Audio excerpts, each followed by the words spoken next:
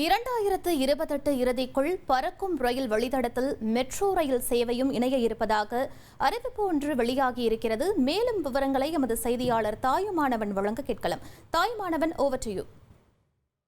சென்னை மாநகரில் பொது போக்குவரத்தை எளிமைப்படுத்தக்கூடிய வகையிலும் மின்சார ரயில் சேவையை அதிகப்படுத்தக்கூடிய வகையிலும் பல்வேறு வழித்தடங்களில் மின்சார ரயில் சேவையை கொண்டு வருவதற்கு ரயில்வே நிர்வாகம் முடிவு செய்திருந்தது. குறிப்பாக 1985ஆம் ஆண்டு MRTS என்று சொல்லக்கூடிய மாஸ் ரேபிட் டிரான்சிட் சிஸ்டம் என்ற பெயரில் அப்போதைய சென்னையுடைய புறநகர் பகுதிகளாக இருந்த வேளச்சேரி, தரமணி வழியாக பரங்கிமலை வரைக்கும் சென்னை கடற்கரையில் இருந்து அந்த மின்சார ரயில் சேவையை கொண்டு வருவதற்காக ஏற்பாடுகள் என்பது மேற்கொள்ளப்பட்டிருந்தது.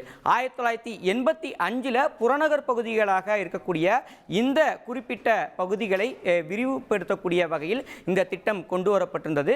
இதனை 3 கட்டங்களாக மேற்கொள்வதற்கு திட்டமிடல் என்பது கொண்டு வரப்பட்டிருந்தது. குறிப்பாக சொல்ல வேண்டும் என்றால் சென்னை கடற்கரையில் இருந்து மயிலாப்பூர் வரைக்கும் முதற்கட்டமாக 9 கிலோமீட்டர் தொலைவிற்கு சுமார் 260 கோடி மதிப்பீட்டில் இந்த திட்டப்பணிகள் என்பது மேற்கொள்ளப்பட்டு 1997ஆம் ஆண்டு பணிகள் என்பது நிறைவு பெற்றிருந்தது. இதற்கு அடுத்தபடியாக 2வது கட்டமாக மயிலாப்பூரில் இருந்து வேளச்சேரி வரைக்கும் திட்டப்பணிகள் என்பது மேற்கொள்ளப்பட்டு கடந்த 2007 இந்த திட்டப்பணிகள் முழுமையாக நிறைவு பெற்று மக்கள் பயன்பாட்டிற்கு கொண்டு வரப்பட்டது. அப்போது அந்த 2வது கட்ட திட்டத்திற்கு 860 கோடி ரூபாய் மதிப்பீடு செய்யப்பட்டு அந்த பணிகள் அனைத்தும் நிறைவு செய்யப்பட்டிருந்தது. 3வது கட்டமாக பிரதானமாக தென்சென்னை மக்களுடைய கோரிக்கையாக இருந்து வந்த 3வது கட்ட திட்டம் என்பது வேளச்சேரியும் பரங்கிமலையும் இணைக்கக்கூடிய தொலைவு சுமார் 5 கிலோமீட்டர் தொலைவு தான். ஆனால் இந்த குறிப்பிட்ட இந்த வழித்தடத்தை இணைப்பதற்கு நீண்ட காலமானது. காரணம் என்னவென்றால் நிலம் கையகப்படுத்துவதில் சிக்கல் தொடர்ச்சியாக இருந்து வந்தது. குறிப்பாக ஆதம்பாக்கம் மற்றும் தில்லை கங்காநகர் ஆகிய 2 பகுதிகளில் குடியிருப்பு பகுதிகளின் வழியாக இந்த திட்டம் என்பது கொண்டு வரப்பட்டதன் விளைவாக அங்கே அந்த குடியிருப்பு வாசிகள் தொடர்ந்த வழக்கின் காரணமாக இந்த திட்டம் தொடர்ந்து காலதாமதமாகிக் கொண்டே வந்தது. இதன் காரணமாக தென்சென்னை மக்களுடைய எதிர்பார்ப்பாக இருந்தது இந்த திட்டம் எப்போது முடிவுக்கு வரும். குறிப்பாக இந்த ரயில் திட்டம் முடிவுக்கு வரக்கூடிய பட்சத்தில் தினசரி 5 லட்சம் பேர் இந்த குறிப்பிட்ட இந்த வழித்தடத்தில் மட்டும் பயணிப்பார்கள் என எதிர்பார்க்கப்பட்ட நிலையில் அந்த திட்டம் எப்போது முடிவுக்கு வரும் என காத்திருந்தாங்க. இந்த நிலையில தான் வழக்கு முடித்து வைக்கப்பட்டு தொடர்ந்து பல்வேறு கட்ட போராட்டங்களுக்கு பிறகாக தற்போது நிலம் என்பது கையகப்படுத்தப்பட்டு அதற்கான பணிகளை ரயில்வே நிர்வாகம் மேற்கொண்டு வந்திருந்தாங்க. குறிப்பாக ஒரு 500 மீட்டர் தொலைவு தான் ஆதம்பாக்கம், தில்லை கங்காநகர் ஆகிய 2 பகுதிகளுக்கும் இடையே ஒரு கர்டர் அமைக்க வேண்டிய பணிகள் என்பது மேற்கொள்ளப்பட வேண்டியது இருந்தது. அந்த பணிகள் தற்போது நிறைவு பெற்றிருக்கிறது. இதற்கு மத்தியில் கடந்த ஒரு வருடத்திற்கு முன்னதாக அங்கே ஒரு ஆக்சிடென்ட்டும் ஏற்பட்ட ஒரு சூழலில் இந்த பணிகள் தொடர்ந்து காலதாமதமாகிக் கொண்டே இருந்த நிலையில் தற்போது பணிகள் அனைத்தும் நிறைவு பெற்றிருப்பதாக தகவல்கள் வெளியிடப்பட்டிருக்கிறது. இது ஒரு புறம் இருக்க தொடர்ந்து அந்த சிக்னல் அமைக்கக்கூடிய பணிகள், தண்டவாளங்கள் அமைக்கக்கூடிய பணிகளும் நிறைவு பெற்றிருப்பதாகவும் தொடர்ந்து சோதனை ஓட்டம் நடத்தப்பட இருப்பதாக ரயில்வேயின் தரப்பில் தகவல்கள் வெளியாகி இருக்கிறது. இந்த நிலையில தான் MRTS அதாவது மாஸ் ரேபிட் டிரான்சிட் சிஸ்டம் என்று சொல்லக்கூடிய அந்த பறக்கும் ரயில் சேவை அமைப்பை தமிழக அரசுக்கு ஒப்படைக்க வேண்டும்.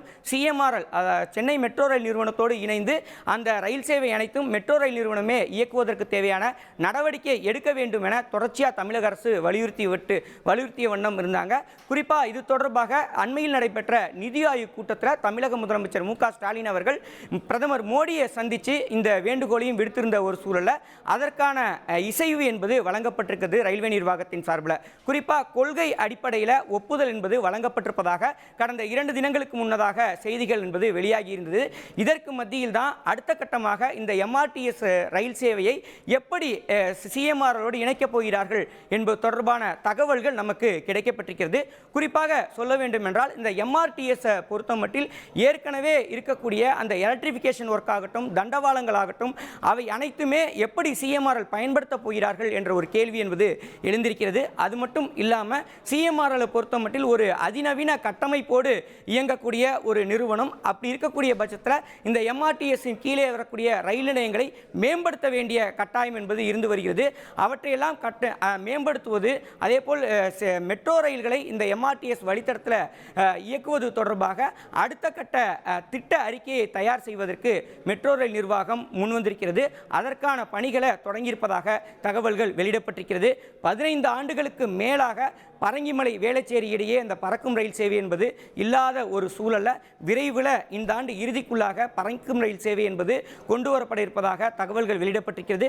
சோதனை ஓட்டம் நவம்பரில் முடிந்த பிறகாக படிப்படியாக அந்த ரயில்கள் இயக்கம் என்பது தொடங்கும் என எதிர்பார்க்கப்படுகிறது.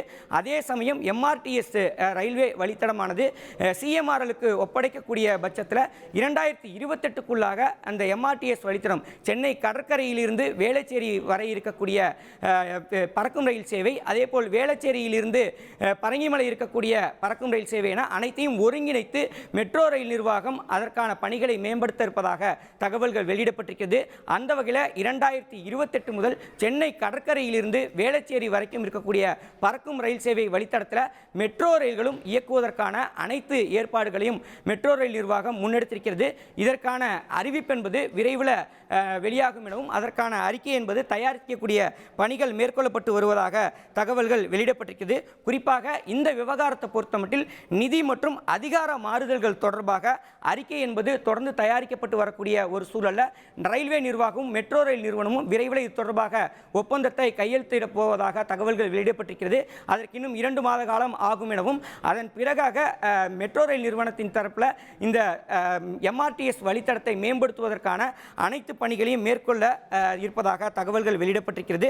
குறிப்பாக இந்த வேளச்சேரி கடற்கரை இடையேயான அந்த எம்ஆர்டிஎஸ் வழித்தடம் என்பது 2028 முதல் மெட்ரோ வழித்தடமாக மாற்றப்பட இருப்பதாக தகவல்கள் வெளியிடப்பட்டிருக்கிறது.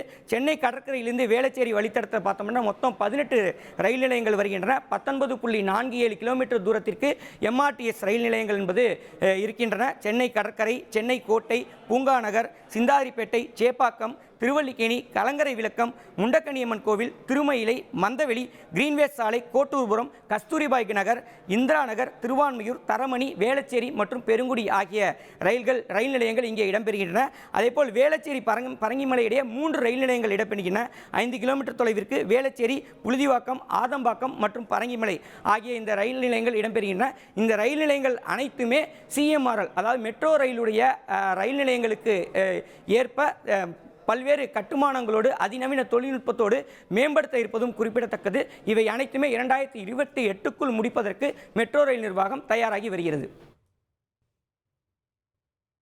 விவரங்களுக்கு நன்றி தாயுமானவன்.